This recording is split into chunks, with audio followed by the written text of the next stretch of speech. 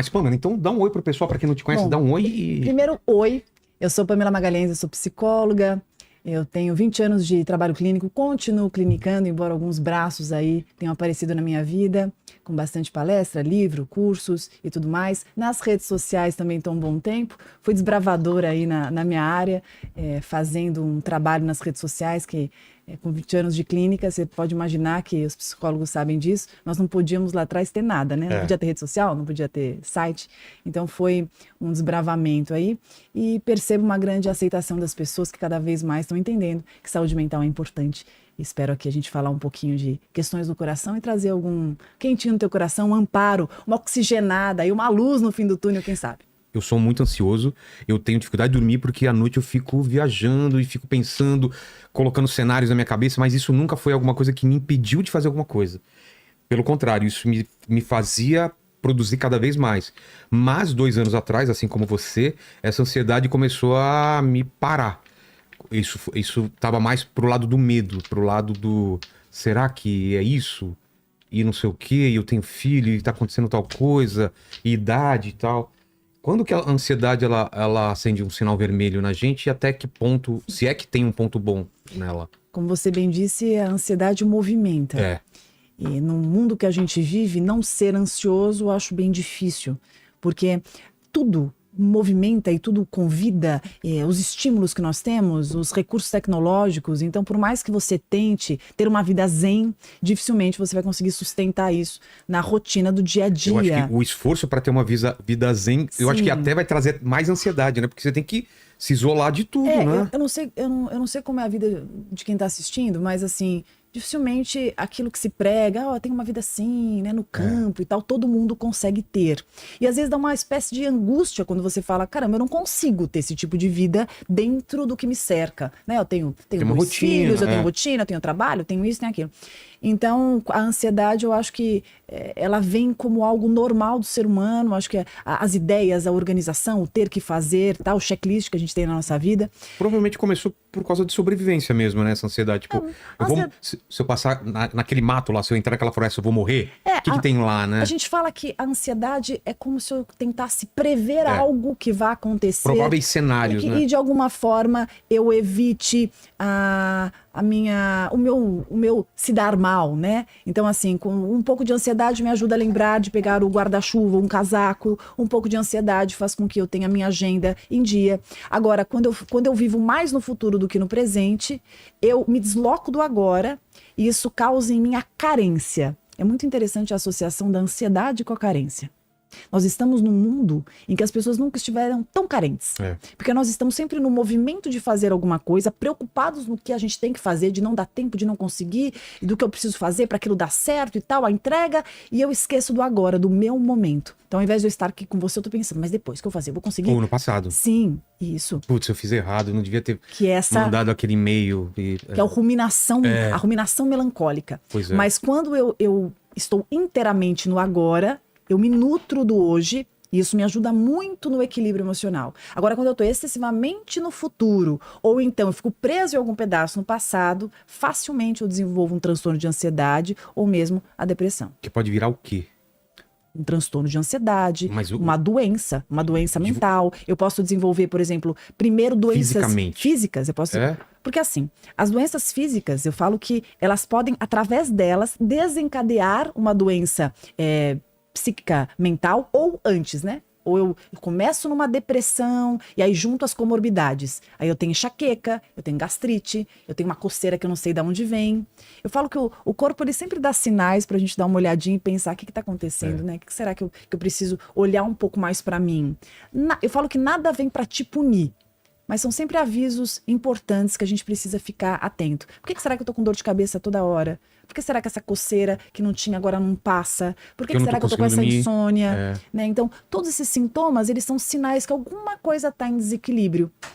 Por isso que eu falo que a terapia, eu sou suspeita, mas eu acho que falar um pouco do que está acontecendo, organizar a nossa vida, é muito importante para a gente ficar mais próximo, mais conectado, mais integrado com o que de fato está acontecendo e o que está nos perturbando. Não tem como a gente não falar da vida com rede social, a vida com celular, né? Que mudou totalmente. Eu sou de uma geração que não tinha isso. Eu também. Que tinha menos ansiedade. Você Você não esperava que outra pessoa ia te responder no dia. Você nem... Ah, nossa, liguei pra uma pessoa, deixei recado com alguém na casa dela, porque era assim que a gente fazia. Vou explicar pra você, Bigoda. Tinha esse aparelho que era ligado num fio na parede. Sim. Você tinha que ir na sua casa ligar pra uma... Você tava afim de uma garota. Certo. Você não sabe se ela vai atender. Provavelmente Pode é ser o pai dela ou o pai dela. Chama a Marcinha. Quem é que tá falando? Ah, sou do colégio dela. Aí você deixava um recado. Aí você não sabe quando ela vai responder. E se tava tudo bem. Se ela vai responder. Se ela vai responder. E olha como exigia da gente lidar com muitas coisas. Coragem, né? Coragem, lutar por aquilo Timidez, que quer. Porque hoje o que se faz? Ah, não quero mais falar com você, te bloqueio. Bloqueio excluo. Mesmo.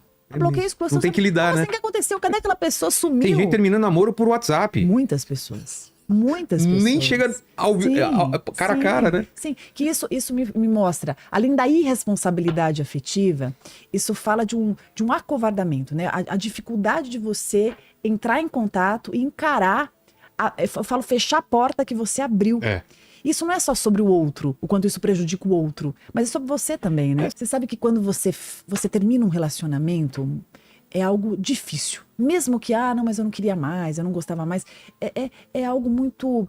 Mesmo quando você termina é difícil, né? Talvez seja até mais. Sim, porque você precisa exigir de si encarar, olhar, ver a frustração no outro, perceber, perdendo de fato o outro ou mesmo machucando a vaidade do outro.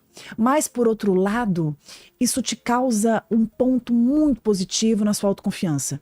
Porque você começa a perceber a força que você tem, a integridade que você tem. É quase que um movimento de fortalecimento do eu mesmo. E as pessoas não estão fechando mais portas. Falávamos aqui antes de entrar. A dificuldade de fechar ciclo. A tecnologia, ela facilita tanto. São tantas janelas abertas ao mesmo tempo. Quando você vê quantas janelas tem no seu celular, tem 98 janelas abertas. Isso é muito simbólico. Quantas portas abrimos e não fechamos? E a tecnologia vai permitindo que isso faça. Mas e na prática? Tudo, né? Antigamente a gente tinha que escolher um disco pra comprar. Hoje em dia você não precisa escolher. Tá tudo lá. A hora que eu quiser eu ouço. Eu não preciso mais escolher um filme. Tá lá no streaming. Antigamente você ia lá e qual é o filme que eu vou assistir? Então eu vou ter que comprar, vou gastar uma grana. Então tem que ser bom. E isso não tem como não impactar comportamento. Então... Isso não tem como não impactar a nossa forma de se perceber o outro. E é tão engraçado que as pessoas falam de relacionamento hoje, que as relações estão líquidas, que os relacionamentos são descartáveis. Por quê? Porque a forma de funcionar na vida, como você acabou de exemplificar, tá tudo muito descartável. Falta... Tudo é um cardápio, né? Isso, falta a atenção plena em algo. Falta o estar inteiro naquilo que se propõe. Isso. Pois é, e quem tá passando por um momento agora de ansiedade, de angústia, qual tipo de ajuda, o que pode fazer? É interessante. Eu estava na padaria esse final de semana e uma senhora, nossa, começou uma ventania, uma chuva e a senhorinha falava assim para mim, Priscila. Eu falava, não é comigo, né? Eu olhava, é Priscila. Aí eu, acho que sou eu. Eu falei, olha, não é Priscila, é Pamela. É Pamela. Então, Pamela, posso te fazer uma pergunta? Eu falei, claro, pode fazer. Ela falou o seguinte, eu tô com uma pessoa da minha família que perdeu um bebê e ela tá sofrendo muito. E eu queria que você me dissesse como que eu posso ajudar. Aí eu falei assim, primeiro que ao se importar genuinamente, você já está ajudando. A sua energia já ajuda. O se preocupar também em não ser invasiva também já ajuda. A delicadeza com o momento também ajuda. O não forçar da sua presença, querendo quase que se fazer presente de qualquer maneira, porque o outro precisa, também ajuda. Porque precisar não quer dizer que o outro tenha recurso para receber. E no momento de dor, de perda, no momento que a gente está muito impactado, por mais que a gente precise, por mais que seja óbvio que seria muito bom, às vezes a gente quer ficar quieto. E não porque isso resolva. Porque é o recurso humano. A gente quer embotar na dor. A gente quer ficar quietinho. A gente precisa se abraçar e se acolher. Eu preciso, às vezes, ir até o fundo do poço para ficar lá um tempo e sair. Pois é. Senão... E aí disse a ela o seguinte, mas você pode fazer movimentos sem cobrar. Mande uma mensagem sem esperar resposta. Mande uma música. Mande flores. Mande um texto. Não fique tentando conversar. Não fique buscando marcar encontro. Não vá na casa. Não force a pessoa a te receber. Tenha delicadeza, respeito genuíno com a dor que o outro está sentindo. Não tente substituir algo. Olha, tem outro filho. Ou então, olha, você é jovem. A vida ainda tem muito para te apresentar. Não vem com essas frases ou com soluções. Na dor, a gente não quer solução. É interessante? A gente não quer solução. Na dor, a gente quer ter espaço para conseguir viver o processo. E saber que há alguém que se importe, ainda que a gente não consiga abraçar, receber, conversar, falar, isso deu uma preguiça absurda e a gente quer fugir disso. Muitas vezes, só de você saber que você tem com quem contar, já é respaldador. Quantas portas que a gente ainda não abriu com o pai, com a mãe, com o filho, com o parceiro, com uma amiga. Eu fiz questão de fazer isso com meus pais, porque eles são de outra geração. E quem tá assistindo a gente agora pode ter dificuldade com os pais porque eles são de outra geração. E se você não abrir essa porta, dificilmente eles vão abrir. Porta de falar de sentimento, de falar sobre problemas e tudo mais. Meus pais nunca deram essa abertura pra mim. Nunca meu pai tinha me abraçado e falado eu te amo. Eu que tive que abrir essa porta com ele. E hoje em dia essa porta é aberta, entendeu? E muita gente pode passar por isso jogando a culpa nos pais e não sabendo que ele pode fazer esse caminho também, né? Ou briga por política, ou tá brigado por causa de religião, qualquer coisa e não fala mais com os pais, com os amigos, com a família. Você conseguiu abraçar os seus pais depois de adulto? Foi isso? Sim, sim. Você não fazia isso? Eu não fazia porque eu não fui ensinado a isso, não existia isso na minha casa. Depois de adulto que eu falei, ué, por que não? Entendeu? E foi bom? Claro que foi. Claro que foi. Porque eu sabia que faltava sem saber que faltava. Só quando eu tive consciência, eu falei, pô, por que nunca falou? Besteira, né? Eu acho que... Porque era comum também nos amigos, não era só minha família, assim. Meu pai é de metalúrgica, minha mãe professora, trabalhavam muito e eu via todos os meus amigos. Não era que era uma família, era mais... Era meio geral lá. Os pais eram mais de falar pouco, de só trabalhar. As mães um pouco mais carinhosas, mas também muito rígidas. Batia demais nos filhos e tal. O que te fez chegar? Hã? O que te fez chegar? Chegar? O que te fez chegar nele e mobilizar esse abraço, esse afeto? É que eu não consigo não ter um relacionamento superficial com as pessoas que eu gosto. Eu não consigo. Não existe essa possibilidade de eu estar com uma pessoa e falar, pô, eu acho que ela tá triste. E eu falo, por que você tá triste? Vamos conversar. Só que eu não chego por que você tá triste. Antes eu tenho que ter aberto um monte de porta para ela, eu nem precisar perguntar e ela me falar. E as pessoas sempre me procuraram para se abrir. Eu falei, por que meu pai nunca se abriu comigo? Por que minha mãe nunca se abriu comigo? E aí eu fui falar, porque talvez eu não tenha aberto essa porta. Aí eu fui conversar. E aí é coisa de ficar na varanda, falando muito tempo. Você fala de você primeiro, depois pergunta como foi, não sei o quê. É um podcast que você faz com ele, né? E você viu que você falou sobre a paciência da construção? Sim. Do olhar o outro, de respeitar o tempo essa parte mais do legal, outro. Né? Mas as pessoas hoje esqueceram disso. É tudo muito rápido. As pessoas não têm paciência, gera ansiedade, elas desistem. Muitas vezes elas entendem que ali não é acessível.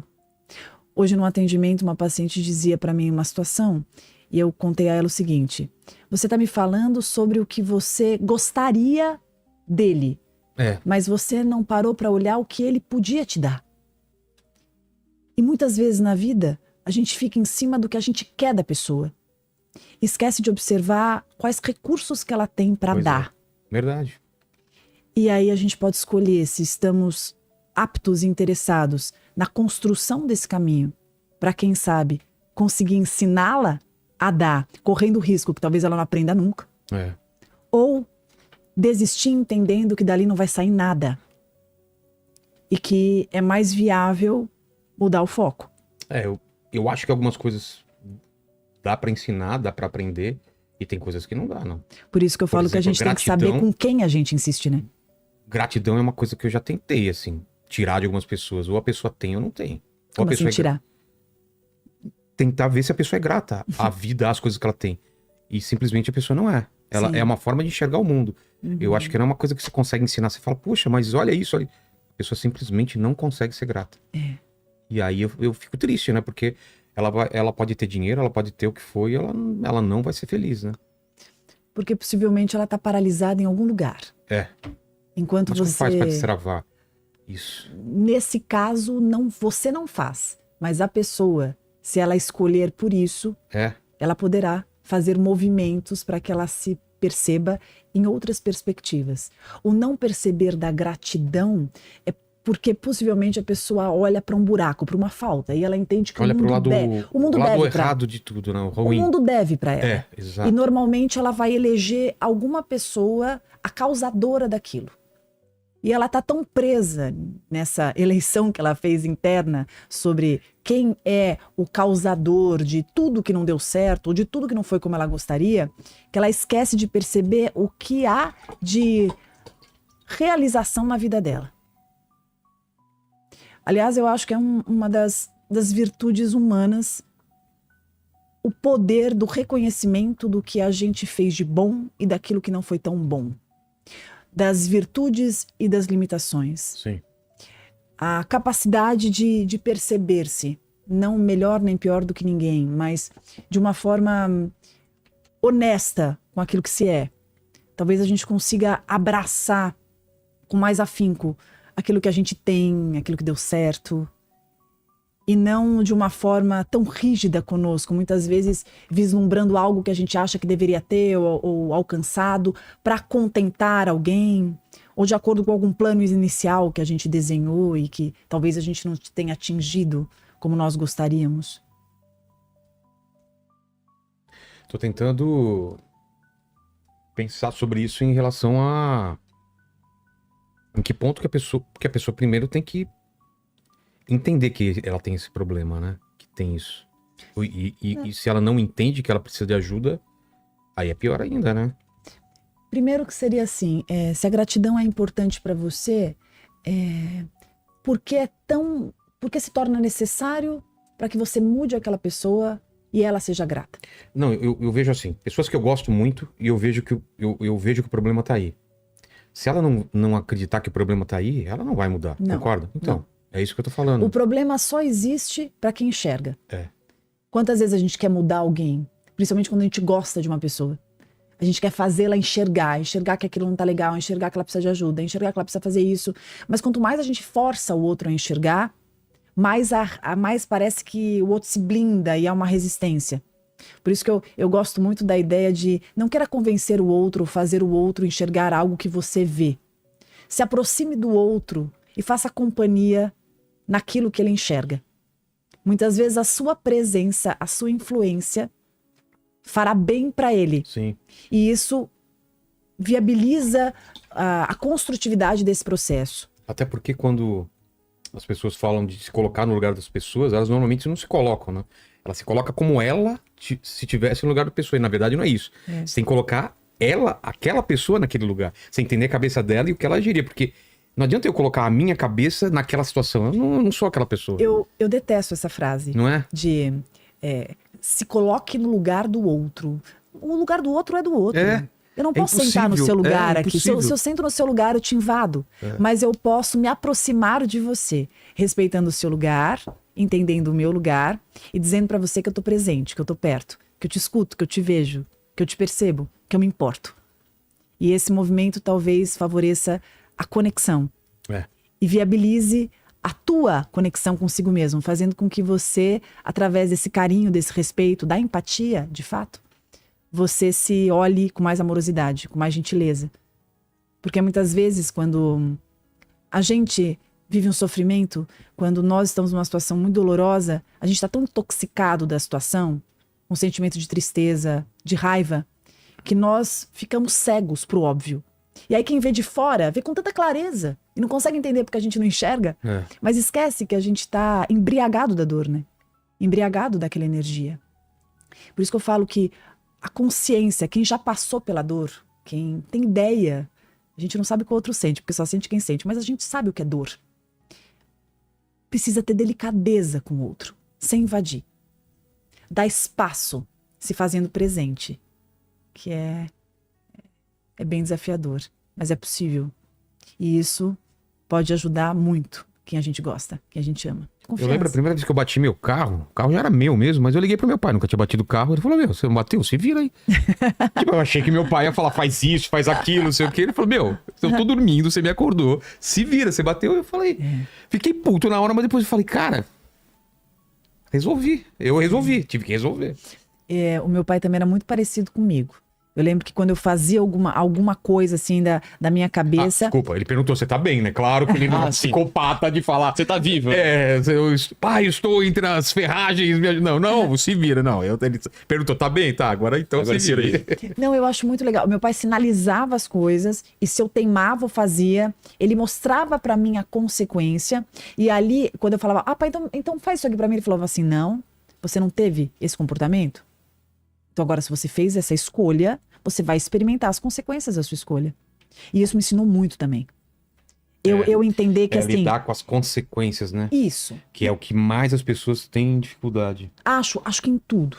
Acho que hoje é uma dificuldade muito grande de lidar com as consequências. É a necessidade de evitar tudo. Qualquer coisa que possa me tirar do prumo. Ou qualquer coisa que possa me afastar da zona de segurança que eu entendo que estou. E isso faz com que as pessoas cada vez se isolem. Não só das outras, mas você falou do medo, né? O medo paralisador. Eu sempre falo, o que há depois do medo? Quando você paralisa e quando você fica se contando histórias para continuar naquele mesmo lugar, o tanto de coisa que você está deixando de se envolver e de fazer pelo medo que você cria. E quantas histórias nós criamos que não são verídicas, que não são verdadeiras, mas que a gente alimenta e nós deixamos de fazer muitas coisas que são importantes para nós e ficamos no mesmo lugar. E estagnamos. Pelo medo, pela dificuldade de entrar em contato com alguma coisa que exija de nós. Uma coisa que eu aprendi aqui no programa, eu imaginava que pessoas que lidam com medo diariamente, um piloto de Fórmula 1, um cara que faz esportes radicais, ou que tem um trabalho perigoso, seja lá o que for, que a pessoa tinha menos medo do que a gente, né? E a verdade não, é que o cara só aprendeu a lidar com medo. Toda vez que ele faz aquela coisa, ele tem medo.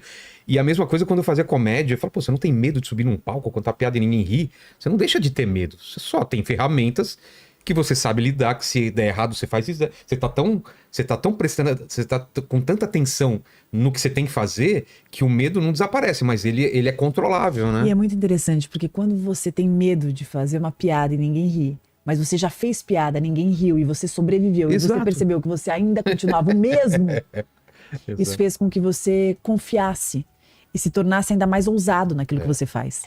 Mas eu costumo, no meu caso, que é fazer entrevistas, é sempre imaginar o pior cenário possível. E se o pior cenário possível passa pela cabeça e fala, tá, não vai ser legal se isso acontecer, mas beleza, vou evitar que isso aconteça. Só que do que ficar na minha cabeça que tudo pode acontecer, eu prefiro reduzir ao que... Porque senão você começa a viajar e pensar em coisas que nem podem acontecer, entendeu? Sim, então, em tudo na vida, em tudo na vida. No relacionamento a dois, isso acontece. Um cara que tá afim de uma garota, ele pode tomar um não. Sim. Esse é a pior coisa que pode acontecer. Muitas vezes ele nem chega na garota, porque ele fala, ela vai dizer isso, ela não vai gostar, ela não vai querer, ela vai perceber. Vai me ridicularizar. Isso. Exatamente. Que são as sombras dele projetadas naquela garota. E nisso, muitas vezes ele desiste sem antes tentar, trazendo para si a história que ele inventou. Eu gosto muito da ponderação seguinte. Quanto que a gente sofreu por algo que nunca aconteceu? Quantos pensamentos que você tem agora aí na sua cabeça? Nossa. Que não aconteceram, situações que nunca existiram, mas que elas transcorrem na sua mente com uma intensidade e muitas vezes de uma maneira tão persistente, fazendo com que você realmente se convença que aquilo já aconteceu e que você sofra, você se estresse, você se angustie. E você muitas vezes tem até ansiedade desencadeada disso, sendo que isso não aconteceu e talvez não aconteça nunca. A maior parte dos medos nunca vão acontecer, né? Pois é. Cenários malucos. E o tempo que foi corroído. Nossa. Nesse momento em que você ficou pensando, teu chefe chamou pra te conversar e você já imaginou você demitido, ou mesmo a pessoa que você tá se relacionando, manda uma mensagem pra você, preciso falar com você. Não, mas não faça isso. É horrível isso. Fala logo, né? Não, assim, chegando preciso em casa... falar com você. Aí a pessoa some. E aí você vê a mensagem, você fala, oi, o que é? A pessoa não responde. Nossa, isso é horrível. Você fala, pronto. Isso é horrível. Aí eu falo que dependendo da tua história, ou você pensa, foi desmascarado, foi descoberto, ou o que será que aconteceu? E aí a pessoa some. Aí isso leva 1, 2, 3 horas, pronto. Aí você já tá com gastrite, já tá passando mal, suando. Tudo que você tinha que fazer, você não consegue fazer, porque você tá preso naquilo. Verdade.